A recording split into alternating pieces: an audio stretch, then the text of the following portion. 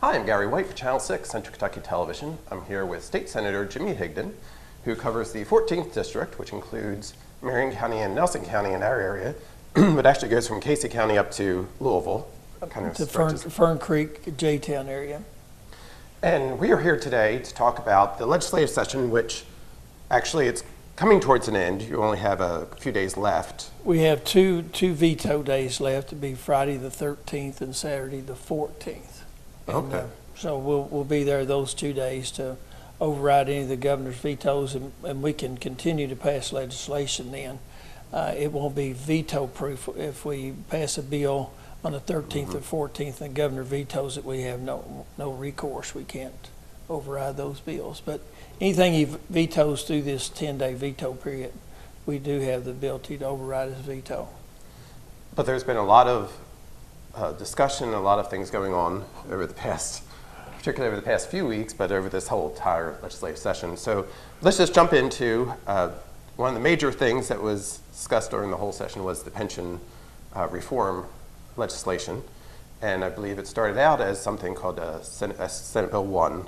Mm-hmm. And that didn't pass as Senate Bill 1, but last week there were some adjustments made, and a bill did pass with regards to the pension. So tell us about that. Let's go back to when this all started. And we talked about in my last interview we talked a lot about the PFM report and that report that was on August 31st of last year. And from that point forward, there was a work group that worked on a pension plan, and when that was released, it was pretty much referred to as the governor's plan. And it was eye-opening, and really it was not a plan that had any chance of passing, but there were people who supported. And so, but basically what the governor's plan did, we have sick days, and what it did we're talking about teachers now, it completely took the sick days away and didn't allow them to use any accumulated sick days for retirement. And so that was a part of it. And also for the high three, that's also a benefit to the teachers, the high three and the factor of three. The only people that could have used that were those that had 27 years or more at the time. So that was very bad also. Also included a increased contribution for teachers at 3%. Teachers and other state employees each were going to be asked to contribute 3%. And there was a reduction in COLA, and COLA is a cost of living allowance. And there was a cap on the income. Anybody making over $127,000 would not earn any pension on that salary that was above $127. And probably the biggest thing that was after an employee could stay in the defined benefit plan for 27 years. Once they hit 27 years, they had to leave that plan and go to a 401A, and that was a troubling part of the plan. But anyway, that was a proposal.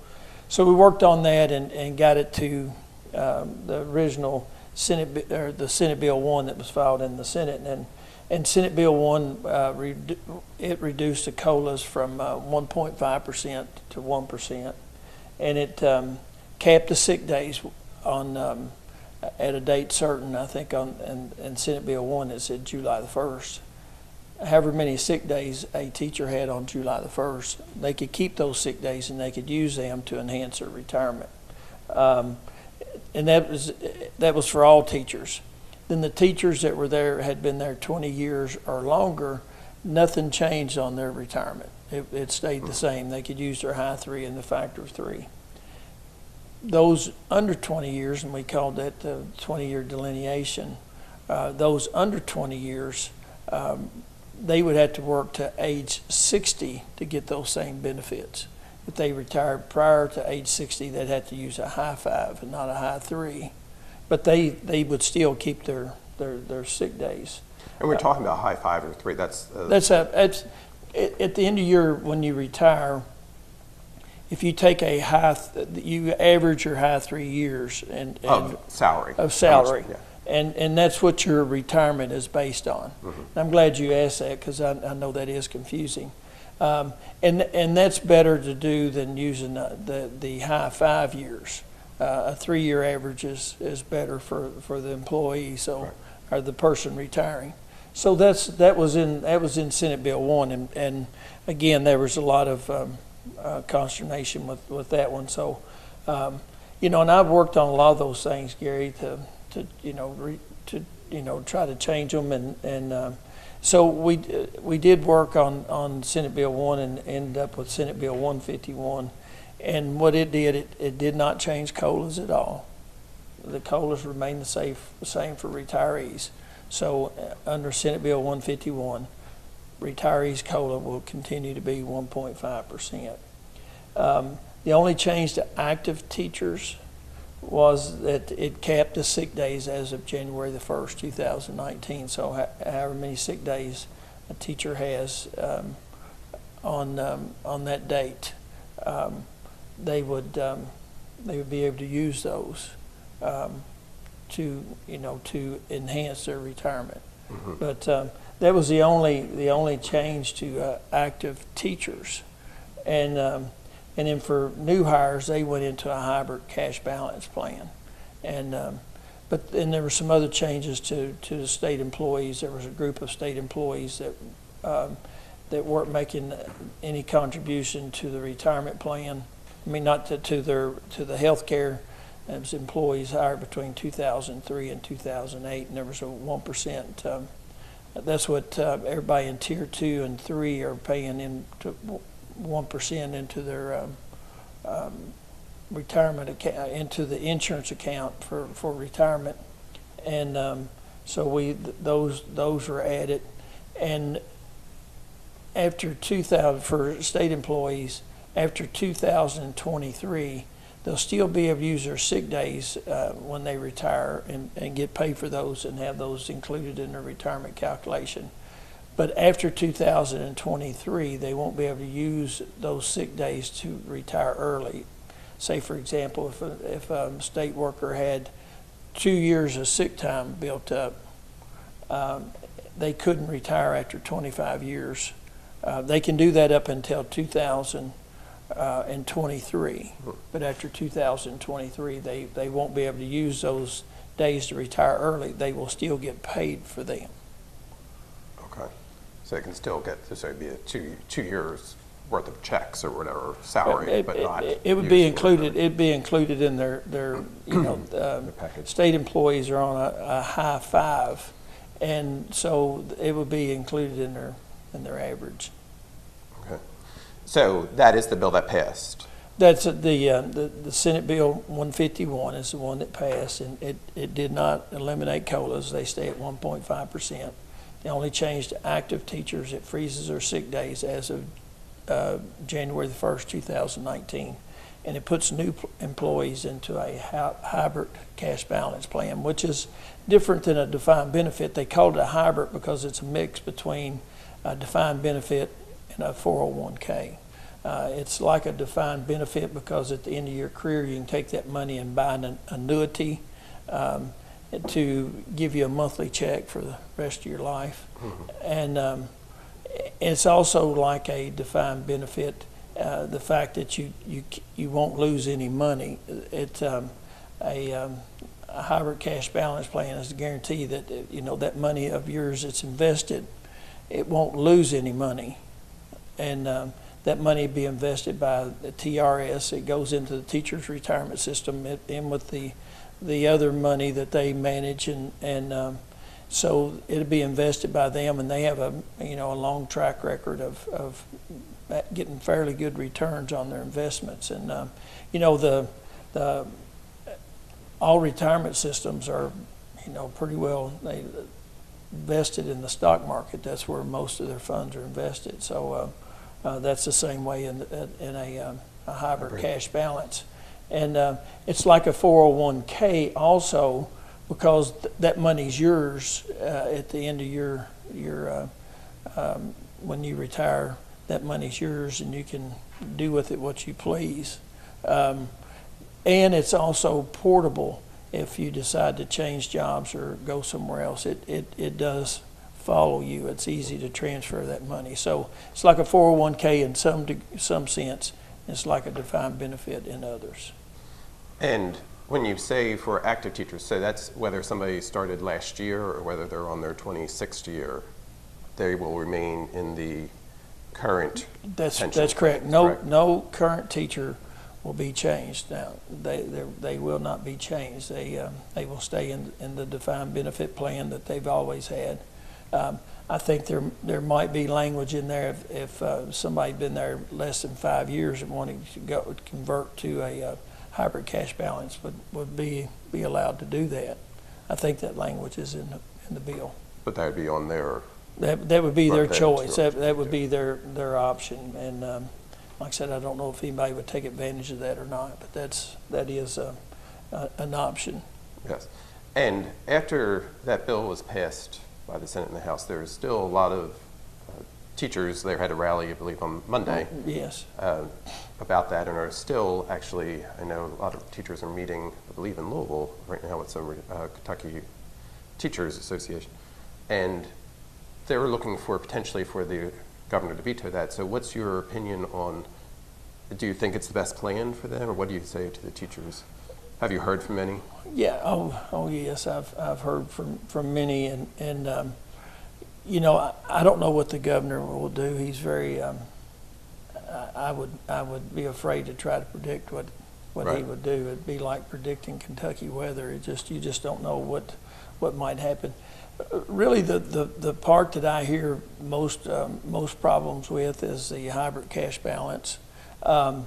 And you know, one of the plans that was introduced, there was a plan that was introduced by the superintendents, and I think a lot of other groups endorsed it. And in that plan, it's called the Shared Responsibility Plan. And in that plan, it recommended freezing the sick days, just like Senate Bill 151 does. So they were identical there. Senate Bill 151 does a hybrid cash balance where this shared responsibility does a defined benefit, but it does some interesting things. It guarantees that the state will never pay more than 6%. It also has a provision in there for local school boards. If the fund is not properly funded, local school boards have to contribute up to 2%. But the big thing in that one, and of course there's on the hybrid cash balance, there's no viable contract. But on the shared responsibility, one of the things that's really interesting with that, Gary, and I really, I've tried to point that out to a lot of teachers that said they favored the shared responsibility. There's a provision in there, if the plan drops below 95% funded, without warning or anything, the board can take certain steps. They can reduce benefits. They can increase contributions. They can suspend the COLAs, or they can make the teachers work longer. And I don't think if going into that, you know, that's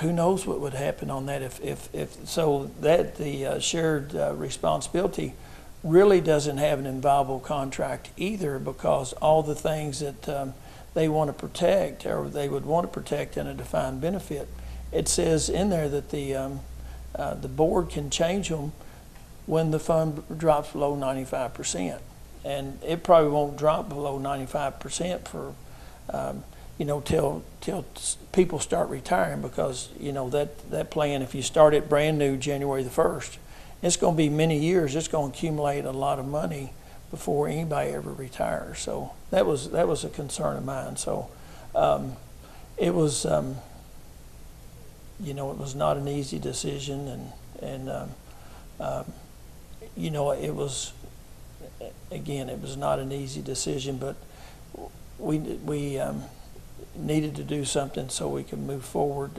and to get the budget done and do some tax reform I don't take that vote lightly, Gary. It was a very, very tough vote. I know there's a lot of people that are quite upset, but and I understand that. I do. Anytime you change something, change is difficult at times, and this is definitely a change. And I think a lot of people had questioned also the process of how it came about, coming to a vote. Right. What are your Well, and it was not the best way in the world to pass a bill. Typically, you pass a bill, and it takes 5 days to pass a bill. Mm-hmm. And when we got to an agreement on Wednesday night on the pension plan, we never could come to an agreement. So Wednesday night, that all the parties agreed that we would go forward with it, and there was only 4 legislative days left. So there wasn't time to do the typical 5 days. So what we did, we attached it to a bill that already passed the Senate, Senate Bill 151, and the only criteria that was Joe Bowen was the author of Senate Bill 1, so they wanted a bill with Joe Bowen's name on it, and I think that's what they instructed them to do, to put it on a Senate bill that was in the House that was sponsored by Joe Bowen, and that ended up being a bill dealing with water and sewage. So that's how that came about, and so we did pass that Thursday, and then we met through the weekend to work on the budget, and so once the the pension reform was done, we knew how much money we needed for pensions. The state, we obligated ourselves and future legislatures to pay a lot of money. In 2013, when we passed Senate Bill 2, we obligated ourselves to always make the actuarially required contribution on KERS, and which we hadn't been doing. We always made a contribution, but not necessarily the actuarially required contribution. So statutorily, we're required to do that. And what Senate Bill 151 has language in it that statutorily requires the General Assembly to make the actuarially required contribution to the teacher's retirement. We are right now statutorily required to pay them a percentage of payroll, but we're not statutorily, we're not statutorily required to pay the ARC. So we wanted that etched in stone. So we put in language that we had to pay the ARC every year. We also put in language to go to level dollar. And what level dollar is, we've been using a percentage of payroll. And that's a big part of the reason we're in the problem we're in, because percentage of payroll makes your payments lower in the beginning and higher at the end. So basically what's been going on for the last 10 years, we really haven't been paying the interest on our unfunded liability. And that one item, if you read the actuarial reports, it's responsible for close to 50% of the underfunding. The legislative underfunding is about 15% of the issue. So a big part of it was that percentage of payroll that the actuaries recommended. And it's not just Kentucky, the actuaries all across the country. That's been pretty much the industry standard for retirement plans, was percentage of payroll. And across the country, we have pensions are underfunded, I think something like $6 trillion. So there's a lot of systems that are underfunded. So anyway, so what we did, we in Senate Bill 151, we committed ourselves to level dollar funding, which that means we had to increase our contribution by $400 million a year is what that cost us. So we have $500 million plus going in for into teachers' retirement for the ARC payment, an additional $400 million a year going into teachers' retirement for the level dollar payment. And so we're committing to some real, real serious dollars there. So when we did the budget, we're about $250 million short when you do the budget and fund the things that we need for education and the things that a lot of people, showed interest in. So the governor did a scorched earth budget, and a lot of people saw what that was. He didn't fund school transportation, didn't fund insurance for active employees. He didn't fund insurance for the retirees, the ones that under 65 years old retirees. He didn't fund that. Just a whole list of things that he did not fund. So to fund most of those issues, we needed additional $250 million. What the House had done, they added a cigarette tax of 50 cents plus a opioid tax of 25 cents per opioid pill. And they took some money out of the employee health fund and used that to balance their budget. So the Senate didn't do that when we passed our plan. We sent it back to the House, and in the conference committee, we had two choices.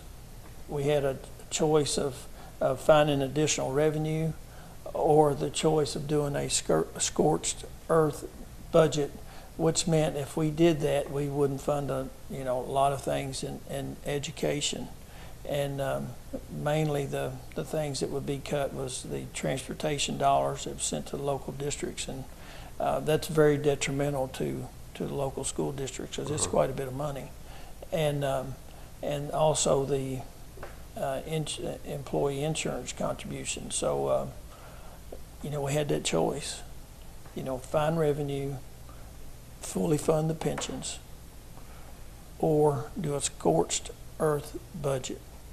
So we chose to find the revenue.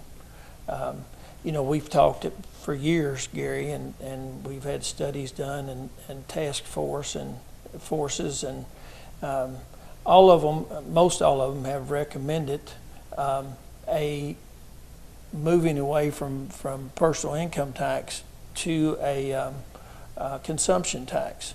That's what they do in Tennessee, and they have zero personal income tax in Tennessee, and taxes on any service or most anything you buy, groceries and pharmacy included. We'll never get to 0% personal income tax because I don't think in Kentucky we would ever exempt or ever tax food and medicine. But I do think we can get to where Indiana is. Indiana is at about 3.5% personal income tax, and we could get there. Where are we currently? Where were we?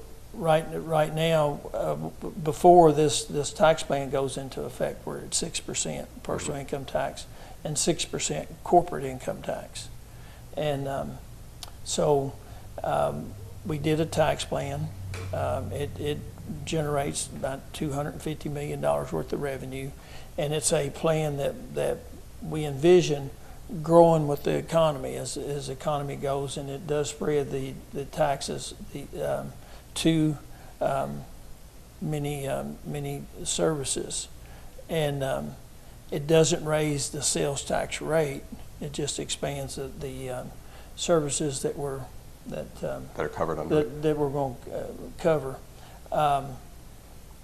It lowers the personal income tax from 6% to 5%. It lowers the corporate income tax from 6% to 5%, and so that's how we funded the budget. That's. And what are the things that are going to be covered now with the new sales? What are some of the ones that you're talking about? Well, there's a whole laundry list, Gary. I know I'd forget something, but the big thing right now is it will be tax on labor. If you go to get your car repaired, you would have to pay tax on that labor. If you had appliance repair, you'd have to pay tax on that labor. So that's the big thing. There's also sales tax on dry cleaners. There's sales tax on bowling alleys. There's sales tax on a lot of recreational things, tickets, and there's also a tax on green fees for golf courses. So there's also a tax on extended warranties. So we're expanding that base out quite a bit to include some things that we've never included before, but things that are a growing part of the economy. Memberships for different things, gym memberships, stuff like that. That's correct. That's right. And also, Yes. I know, like on a pet care was another one. Is it on medical care as well for people? No. Like I said, I don't see us ever taxing medical care or groceries in Kentucky. I think those two things will always be off the table. And are they in Tennessee? You said They are taxed in Tennessee. Medical and groceries. Mm-hmm. I know for sure groceries, but it's my understanding medical is also. And so that bill passed as well. That was the budget that passed. That's correct. They're all on the governor's desk right now. And again, he may veto them. So he has the option to sign it or veto it. Does he also, with the budget and with the pension, can he just leave it there and it still passes? So he has all three? If it lays on his desk for 10 days and he does not sign it, it becomes law. So what he would do Saturday morning, the 14th, if he doesn't sign it on the 13th, then, Saturday it would be law. Mm-hmm. But if, like I said, he would have to veto it prior to midnight on the 13th for his veto to stand up. But he has those three options. He has those three options. Sign it, don't sign it, and let it lay there and become law after 10 days, or veto it. And he also has line item veto on the budget, so he can go through the budget line item by line item. And there's some things that in Marion County we have the recallable nickel match. Mm-hmm. That's in there. That wasn't included in his budget. We'll keep our fingers crossed that he doesn't veto that. Mm-hmm. We got funding back for libraries. He had cut the local support for libraries. We had that put back in. There was a fairly substantial cut to Friskies. We got that put back in. There was a cut to Department of Veterans Affairs, and we put that back in. So there's just a whole list of things that he had made cuts to that with his line item veto, with the line item veto, he really couldn't reduce something like Friskies or Family resource for the schools. Right. Yes, I'm glad you're helping me with all these initials. But he could take a line item like local aid for libraries. He could line item through that whole thing, or the match of the recallable nickel. He could line item that out, or he could line item, employee insurance, or just a whole list of things that are in that budget. Mm-hmm. He could line item. And then if he does do that on the 13th, you just have that one day then left to potentially. That's correct. But he'll veto a lot of things prior to that. He vetoed 2 bills yesterday, so I think we'll see this week. We'll see a steady flow of vetoes as he looks at a bill or goes to a stack of bills and vetoes them or looks at them. He'll veto them. He won't wait till the end and send us a bunch of stuff. He'll piecemeal it. He'll send something every day.